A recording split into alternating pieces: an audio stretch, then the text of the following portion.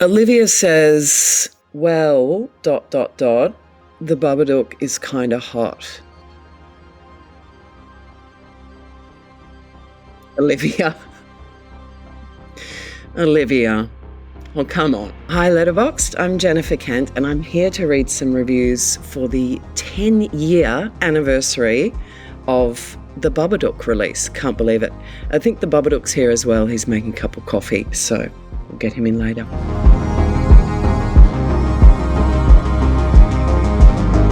Evan T., he says, William Friedkin once quoted the Babadook as the most terrifying film in existence.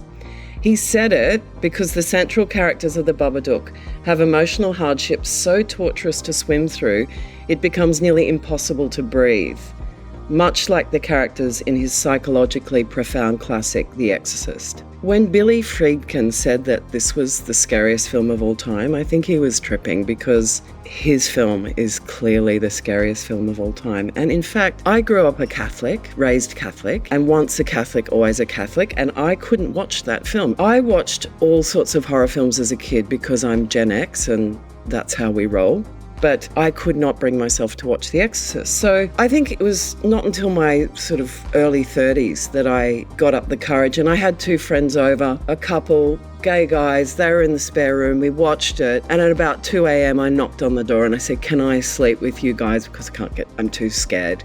So we put a mattress on the floor at the foot of their bed and I slept with my friends because I was too scared. So no other film has ever done that to me. So, Billy, you win. He loved the film so much that he put together a screening at his favourite local cinema and he introed it. And it was in LA, I couldn't be there. And that to me was surreal and sublime. On the 10th year anniversary, I'm really remembering amazing moments like that. What an extraordinary filmmaker. I really miss him.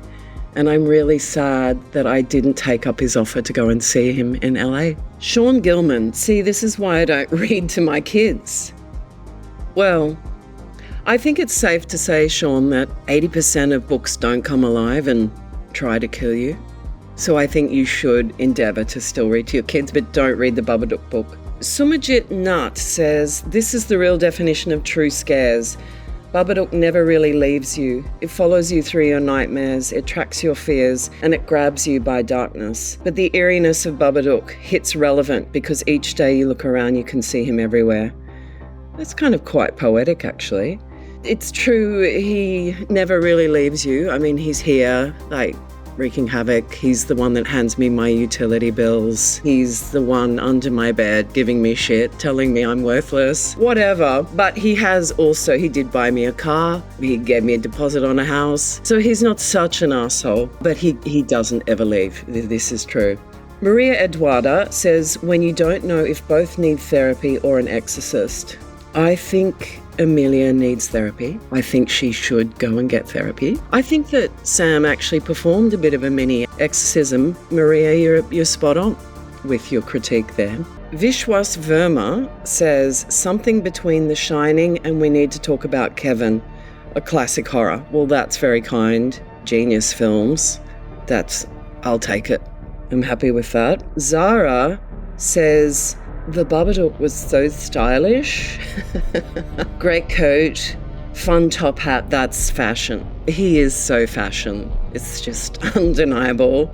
I really did steal the Babadook from Lon Chaney. I just loved that look. I loved that sort of hokey, put together look that at the time would have been terrifying, but now feels a little bit almost funny. The reason for that is because we don't know what the Babadook looks like. He's playing at being human, and so he's putting on this disguise. And also because the Babadook was heavily influenced by silent film, and in particular George Méliès and his kind of crazy souped up characters, I wanted him to look like that, like a child had made him in a way, in their imagination. He didn't intend to be so fashion, but I think he's quite fashionable on the surface. Jade, that reminds me I have a birth control shot appointment soon. Jade, I'm with you on that score. If you don't want kids, all power to you. And if the film helps as a prophylactic, keep watching it. Felipe says here, Complaining that the kid is too annoying is like complaining that Freddy Krueger is too scary. Oh, just be normal! I completely agree with that. He's the one person that understands what's going on. Sure, he's annoying, but he's the only one with his shit together. Memory of working with Noah, who played Sam, he was 5 when we cast him. He was 5 years old, which is insane that he was the lead in a feature film. And I took him to the zoo and we chatted. He loved all the animals and we were talking about the story of the Babadook. And I told him the story through Sam's eyes. And I said at the end, so effectively, Sam is the hero of the film. And a light turned on inside him and he really got it. And from then on in, he felt so important, which he was, and he understood his role in this big machine. He didn't even know what filmmaking was. Such a beautiful experience. And he's now, a teenager and like 6 foot tall. Jay says, the ending is a great way to explore how one acknowledges how they cannot completely forget about their grief, figuring out how to control your grief so you can live your life. Fair enough. I wrote the film in a state of grief. My dad had just died and I wanted to talk about how it felt.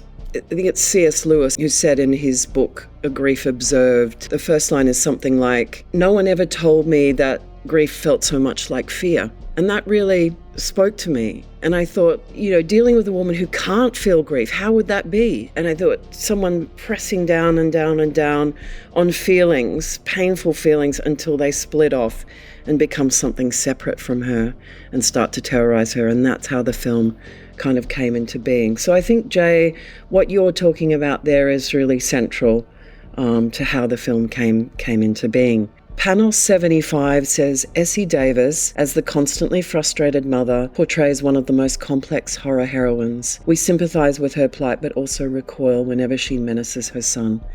What a great review. That's for Essie. Sure, I wrote the role and I did endeavour to make it something complex. I think Essie's portrayal of that, it could have been annoying, it could have been, just so many things that it wasn't. What it was breathtakingly complex and beautiful. I don't know if people know this, but Essie's one of my best friends. We adore each other. We went to drama school, acting school together. I've seen her do so many different roles, so it was a no-brainer. Jeeba says, petition for Netflix to go back to categorizing the Babadook as an LGBT film. What? Have they removed it from LGBT? It's so clearly an LGBT film. I'm furious. I'm sure that 2 drag queens were talking about Babadook on RuPaul's Drag Race, or did I dream that? Pagna Lion says, she just wanted a nice night out with her vibrator, but the kid keeps screaming Babadook. I don't think she was going to go out with it. If she was planning to go outside with that, I'm glad that the kid was screaming Babadook to deter her from doing that. Wade says, whoever designed that pop-up creepy book needs a damn raise. It's true. I mean, we looked high and low for Alex Uhas, and when we found him, I knew he was the right guy. We brought him over from America. He was just fantastic. We worked for quite a few months on the book prior to the shoot.